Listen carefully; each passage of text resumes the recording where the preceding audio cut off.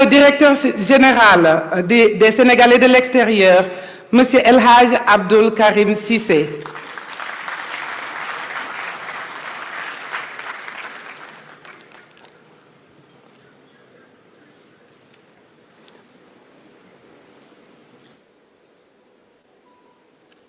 Applaudissez encore une fois. Monsieur Cissé, merci.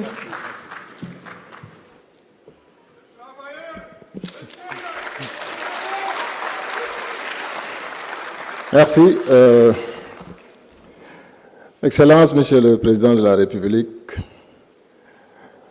Honorable Monsieur le Président de l'Assemblée nationale, Monsieur le Premier ministre Ousmane Sonko, chers membres du gouvernement, distingués membres du corps diplomatique, chers députés, particulièrement les députés de la diaspora, distingués invités, chers membres de la diaspora sénégalaise ici réunis aujourd'hui à Dakar. Permettez-moi, Monsieur le Président de la République, à l'entame de mes propos, de témoigner un peu un travail réalisé, un travail important, réalisé par notre cher ministre, M. Cheikh Niang, ministre de l'Intégration africaine, des Affaires étrangères et du Sénégal de l'extérieur. Mais surtout, un effort engagé, un homme passionné, M. Amadou Chérif Diouf, passionné de la diaspora. Lors du Conseil des ministres du 17 septembre, vous avez bien voulu donner des instructions pour travailler à finaliser un programme spécial dédié à l'accompagnement et à la promotion des Sénégalais de l'extérieur. Nous avons travaillé sur ce projet de programme et nous avons transmis à M. le Premier ministre. C'est ce programme que nous voulons présenter à travers ces axes, mais identifier et présenter quelques projets phares et projets pilotes de ce programme.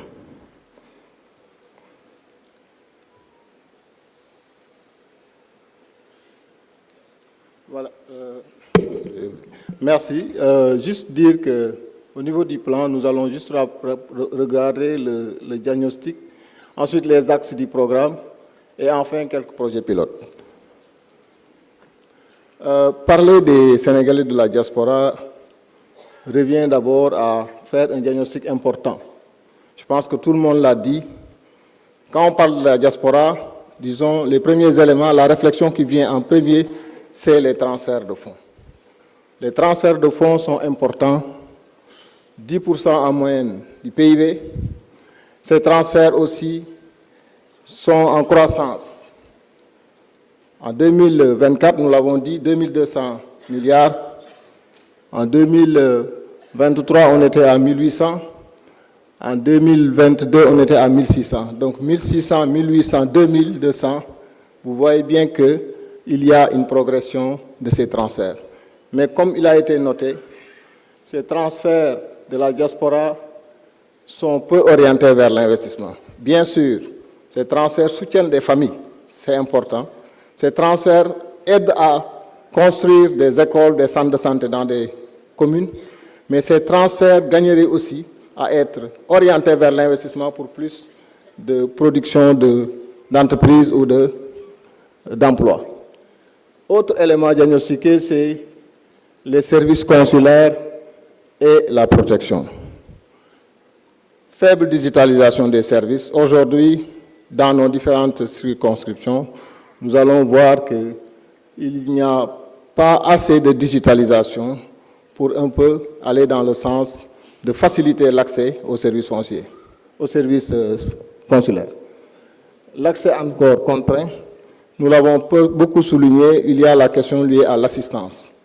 Nos compatriotes ont besoin souvent d'être encore soutenus dans les conditions de vie et de séjour de dans les pays d'accueil, mais aussi dans le suivi de certains accords ou protections au niveau de ces pays. Je veux parler de la protection sociale, de la transférabilité des droits et autres. Donc la question liée à l'assistance revient souvent quand on travaille sur ce diagnostic. L'accès au logement, on l'a dit, c'est un problème réel. Aujourd'hui, le besoin social est là, mais comme on l'a souligné, le marché, il est peu structuré. Beaucoup de Sénégalais de la diaspora, ici présents ou non, ont été victimes peut-être d'escroqueries ou autres dans le cadre du logement. C'est la raison pour laquelle c'est un problème important qu'il faut souligner. Les compétences. La diaspora, ce n'est pas simplement les transferts de fonds, mais c'est aussi les transferts de compétences. La diaspora, vous trouverez les Sénégalais dans les grandes instances, vous trouverez les Sénégalais dans les plus grandes multinationales, vous trouverez les Sénégalais partout qui brillent, qui ne demandent qu'à accompagner. C'est la raison pour laquelle il est important de les associer. Le retour et la réintégration, c'est quelque chose de très très difficile parce qu'il y a un problème d'accès à l'information, il y a un problème de connaissance de où est-ce qu'il faut passer, avec qui il faut voir. Donc toutes ces questions-là sont des questions identifiées pour un peu apporter les réponses. Les données. Monsieur le Premier ministre l'a souligné lors de la déclaration de politique générale, la question des données est essentielle. Et sans données, on ne peut pas mettre en place des politiques structurelles. Donc, ce qui fait que ce diagnostic nous a un peu amené à définir ce programme autour de 3 axes. L'axe accompagnement, protection et assistance. C'est un ensemble. Les Sénégalais de l'extérieur se retrouvent autour de ces problèmes. L'assistance, aujourd'hui qu'on parle d'assistance consulaire, on parle de protection, l'accès aux documents, on parle de soutenir nos parents qui sont incarcérés, la question du retour, des dépouilles, du rapatriement humanitaire, toutes ces questions ont été abordées autour de l'axe accompagnement-protection. Alors, puisque nous allons juste évoquer quelques grands projets qui sont contenus dans ce programme spécial, je voulais juste voir avec vous l'aspect prioritaire, c'est la question des données. La disponibilité des données des politiques publiques adaptées. C'est la raison pour laquelle un projet phare constitue la réforme des cartes consulaires.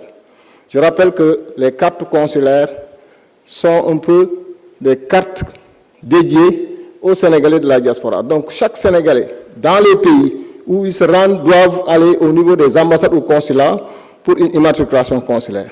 Ça permet de faciliter une cartographie, mais aussi de pouvoir faire un profilage pour pouvoir faire des politiques adaptées. Il y a un projet de recensement des Sénégalais de l'extérieur. Ces 2 points sont des points essentiels, puisque sans données, nous ne pouvons pas faire de politique efficace. Alors, pour revenir sur le projet de réforme des cartes consulaires, c'est un projet, parce que là, comme j'ai l'habitude de le dire, nous avons affaire à 2 ministres qui sont dans le pragmatisme.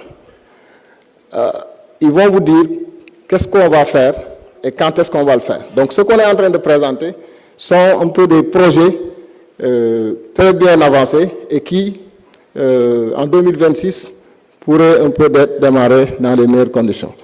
Donc, ce projet de réforme des cartes consulaires permet au moins d'avoir déjà une situation, des données, pour permettre aujourd'hui d'avoir un peu une meilleure cartographie.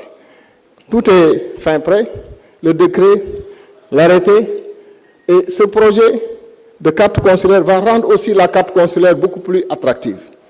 C'est-à-dire que la carte consulaire pourrait servir à d'autres aspects, que ce soit dans le domaine du rapatriement, dans le domaine de promouvoir même notre tourisme. Dans d'autres domaines, cette carte consulaire pourrait être encore valorisée pour pouvoir un peu. Nous avons aussi la mobilisation de ressources, parce que ce projet de carte consulaire va générer des ressources. Et ces ressources seront, une partie de ces ressources, bien sûr, réinjectées au niveau des ambassades et consulats, parce qu'ils en ont besoin. Et ça va permettre à ces ambassades et consulats d'effectuer des missions de consulat mobile. Parce que vous le savez, la difficulté pour nos compatriotes, des fois, c'est de se déplacer à des kilomètres ou à des pays pour pouvoir aller peut-être consulter le consulat ou l'ambassade.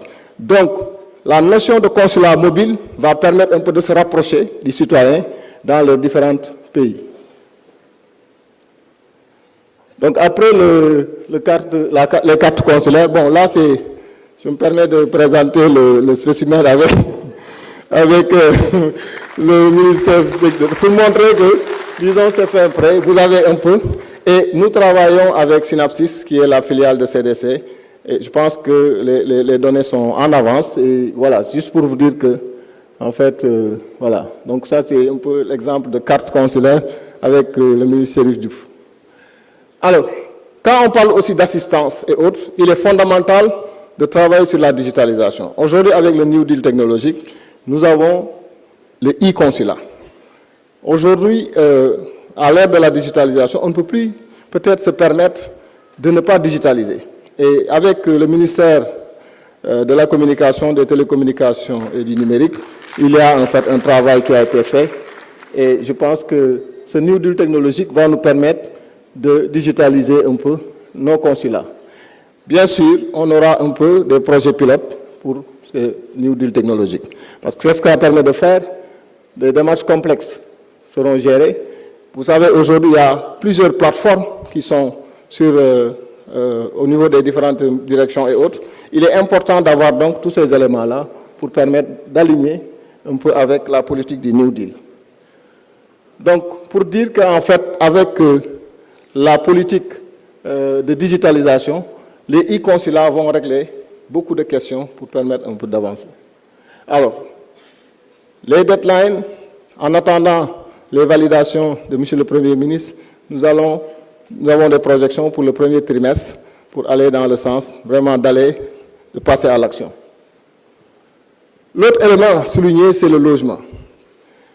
Il y a eu, dans le passé, beaucoup de difficultés liées au logement. Qu'est-ce qu'on est en train de faire? C'est d'abord d'élaborer des bases de données centralisées, et ça, c'est un peu le travail qui est fait par le ministère de l'Urbanisme, particulièrement le secrétaire d'État chargé du logement, pour déjà connaître les coopératives. On l'a dit ici, il y a eu des Sénégalais qui se sont construits en coopérative. L'autre, c'est de voir les programmes immobiliers. Qui fait quoi? Et de pouvoir sécuriser un peu la question du logement avec nos compatriotes. Donc, il y a un projet de cité diaspora qui est aujourd'hui très bien avancé avec des structures comme la SICAP, comme CDC Habitat, comme SNHLM et aussi, bien sûr, des sociétés immobilières comme Sage et voilà, et Sablus. Là, c'est un exemple juste pour vous donner la réalité des choses. On ne parle pas pour la théorie, mais on va directement à l'action. C'est juste dire qu'il y a un projet de cité diaspora avec la SICAP. La CDC vient de sécuriser la semaine passée, ou en début de semaine, avec les 8 pôles territoires, l'accès aux fonciers pour pouvoir aller aussi dans les cités diaspora. SNHLM aussi, à Sébikotane. Les sociétés privées sont aussi, mais il est important de sécuriser, c'est fondamental. Donc, les coopératives, les sociétés immobilières labellisées, agréées, cette combinaison va permettre d'accéder à des logements, avec bien sûr le soutien des dispositifs comme SAFRU, comme autres, sous l'égide du ministère en charge du logement. Alors, on a beaucoup parlé aussi des questions liées au rapatriement de dépouilles. Le schéma aujourd'hui, c'est d'avoir le rapatriement de dépouilles, soit par la Caisse aide et secours, Monsieur le ministre souvent est sollicité, mais surtout, je voudrais vraiment une mention spéciale aux associations de Sénégalais de la diaspora pour tout le soutien. Quand il y a, dans ces pays-là, les associations s'organisent, les associations travaillent pour faciliter le rapatriement. Donc c'est un élément important. Mais on ne peut plus continuer dans cette logique. Aujourd'hui, il s'agit de travailler sur ce produit en partenariat avec les associations pour aller vers la sécurisation et ça va permettre un peu de prendre en charge tous ces éléments liés à l'assurance. Vous pouvez le voir, c'est l'organisation du rapatriement, la prise en charge des frais liés au transport, l'assistance administrative, la coordination avec les services et bien sûr l'accompagnement des familles. Donc, les cas spécifiques sont pris en charge, soit le décès c'est dans le pays de résidence et l'inhumation dans le pays d'origine, on va l'amener peut-être, soit le décès c'est dans le pays de résidence et l'inhumation dans le pays de résidence. Donc, tous les cas de figure sont aujourd'hui pris en compte pour permettre un peu d'aller vers un accompagnement dans ce cas. Donc ça, c'est un peu sur l'assistance et autres. J'en profite juste pour dire que c'est juste quelques projets pilotes. Le programme est beaucoup plus global et beaucoup plus englobant. Et toute la diagnostic nécessaire a été fait. Tout le diagnostic, excusez-moi, a été fait pour permettre un peu d'arriver à des solutions ou des réponses adaptées. Je rappelle que, peut-être juste revenir sur la contribution au financement du développement et la valorisation du capital humain, c'est l'axe 2. Aujourd'hui, vous le savez, avec l'agenda national de transformation, on change de paradigme. Le rôle de la diaspora aujourd'hui est fortement attendu autour de l'agenda. Et le premier élément, c'est les diaspora bonds. Je pense que le ministre des Finances, le Premier ministre à Milan, a bien voulu un peu mobiliser la diaspora et la diaspora a fortement répondu à l'appel. Exemple d'un appel public à l'épargne où on attendait 300 milliards. Les résultats ont été plus que satisfaisants. On a eu vraiment des résultats extraordinaires. Et ça, c'est grâce au travail de la diaspora. Donc, nous pouvons compter sur la diaspora pour un peu des projets structurants. Nous pouvons aussi compter sur la diaspora pour peut-être intégrer l'ouverture de capital pour des projets structurants. Ils sont prêts à être actionnaires. Ils sont prêts à prendre part avant d'appeler peut-être d'autres. Ils sont prêts donc. Donc ça, c'est vraiment les volets de projets structurants. L'autre élément, c'est les volets création d'une plateforme guichet diaspora. Le Sénégalais de la diaspora se perd souvent parce qu'il y a beaucoup de dispositifs, mais il va falloir un peu faciliter l'accès à l'information. C'est la raison pour laquelle le guichet diaspora va faciliter un peu depuis la porte d'entrée jusqu'au suivi sur les services financiers et non financiers pour permettre un peu d'avoir un peu l'accès à des financements ou à un accompagnement. Vous allez voir avec l'APIX, avec l'ADER, avec le FES, le Fonds d'appui à l'investissement qui vient juste de vraiment financer un montant important aux Sénégalais de la diaspora la semaine passée. Donc félicitations à Khoreshi. Et tous ces dispositifs travailleront à vraiment avoir l'information autour. La création d'une banque de la diaspora. Le processus est engagé. Je pense que cette création de la banque permettra d'avoir un peu des produits spécifiques. Parce que la particularité de la diaspora, c'est que parfois, avec les banques classiques, il y a peut-être un problème de prise en charge. Donc, les produits proposés par cette banque, le réseau de cette banque dans les pays d'accueil facilitera un peu toute cette politique de collecte d'épargne. Parce qu'il s'agit de collecter et d'épargne. Parce qu'il faut le rappeler, il y a les transferts, certes, qui sont orientés vers la consommation, mais il y a de l'épargne déjà disponible pour nos compatriotes. La stratégie d'engagement de la diaspora, je pense que ce que nous sommes en train de faire aujourd'hui entre dans le cadre un peu de mobiliser la diaspora autour de l'agenda national.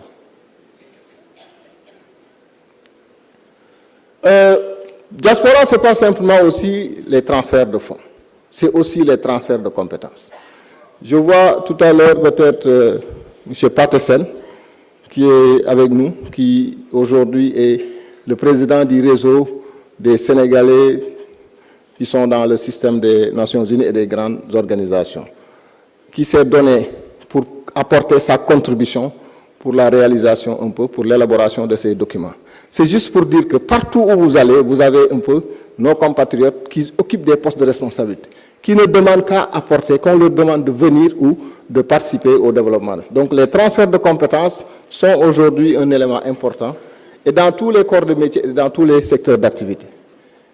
Il y a un élément important, c'est un projet qui est très cher à notre cher secrétaire d'État, M. Chérif Diouf, c'est Djeriñ Sa Réew. En fait, ça entre dans le cadre de la stratégie de mobilisation des compétences, mais Djeriñ Sa Réew, c'est aussi faire appel à notre diaspora à travers un peu un volontariat et une volonté d'accompagner. Je pense que la signature a été déjà faite par Monsieur le secrétaire d'État avec l'Académie nationale des sciences, avec 2 projets pilotes dans le domaine de la santé et dans le domaine de l'éducation. C'est juste pour dire que on veut faire des choses smart, faisables, qu'on puisse évaluer et ne pas peut-être promettre des choses que peut-être les gens ne vont pas faire. Donc les projets qui sont présentés ici sont des projets vraiment structurants, faisables et dès 2026 qui peuvent faire l'objet de mise en œuvre. Donc ce projet Jëriñ Sa Réew est vraiment un élément important. Avant juste peut-être le dernier point sur la gouvernance, ça nécessite quand même une validation au niveau des autres autorités pour voir un peu le format. Mais c'était juste pour dire que ce cadre de dialogue aussi, on l'a bien souligné, il est fondamental d'avoir un peu un cadre de dialogue pour permettre un peu, au-delà de nos députés, que je voudrais vraiment féliciter pour le travail important qu'ils ont eu à réaliser, mais avoir aussi un lien avec nos associations pour permettre un peu de relais. Je pense que M. le Premier ministre était revenu un peu sur les propositions d'avoir un peu une structure pour permettre de connecter avec les associations et autres. Donc juste dire que voilà un peu les quelques éléments pour ne serait-ce que synthétiser les axes et quelques projets pilotes, mais le programme en soi, le grand programme avec tous les éléments sera un peu disponible après validation auprès des autorités.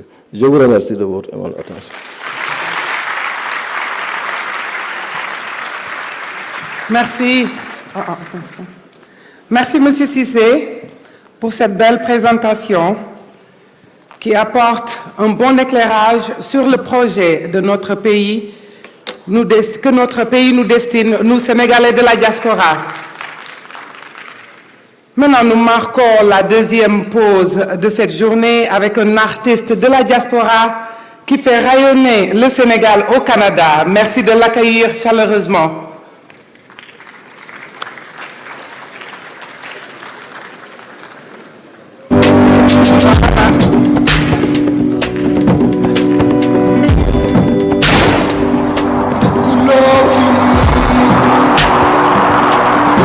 Love you.